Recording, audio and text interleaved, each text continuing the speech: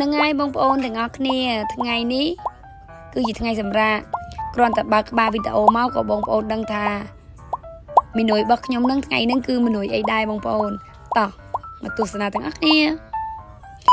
ចាជម្រាបសួរបងប្អូនអ៊ំពូមីងទាំងអស់គ្នានឹងហើយមុខម្ហូបមួយនេះគឺនាងខ្ញុំអត់មានបានប្រាប់ពីវិធីធ្វើទេព្រោះខ្ញុំគិតថាមុខម្ហូបមួយហ្នឹងគឺបងប្អូនចេះធ្វើគ្រប់គ្នាតែម្ដងហ្នឹងហើយអញ្ចឹងថ្ងៃហ្នឹងឯងយើងសម្រាប់អញ្ចឹងយើងអត់ដឹងទៅណាហើយណាមួយ fan ខ្ញុំគាត់ថាឥឡូវអត់សូវឃើញខ្ញុំធ្វើមុខម្ហូបប្រាប់គាត់អីចឹងណាអញ្ចឹងហើយក៏ខ្ញុំប្រាប់គាត់ថាខ្ញុំរវល់ការងារអញ្ចឹងហើយខ្ញុំអត់ដល់ទាន់បានចេញ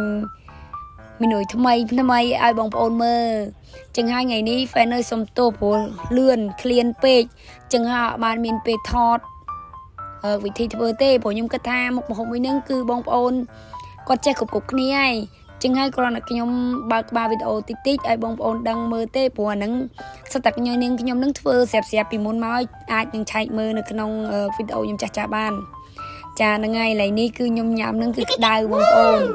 មិនក្តៅលេងសើចទេក្តៅមែនទេណាខ្ញុំប្រាប់កូនខ្ញុំថាបិទទៅកូនអើយមកក្តៅអីហ្នឹងល្អសើចមែនទេណាបងប្អូនហ្នឹងហើយបងប្អូនមុខម្ហូបមួយហ្នឹងមានតែប៉ុណ្្នឹងទេអរគុណជម្រាបលាជួយតាមដានវីដេអូនេះខ្ញុំក្រោយទៀតបាយបាយ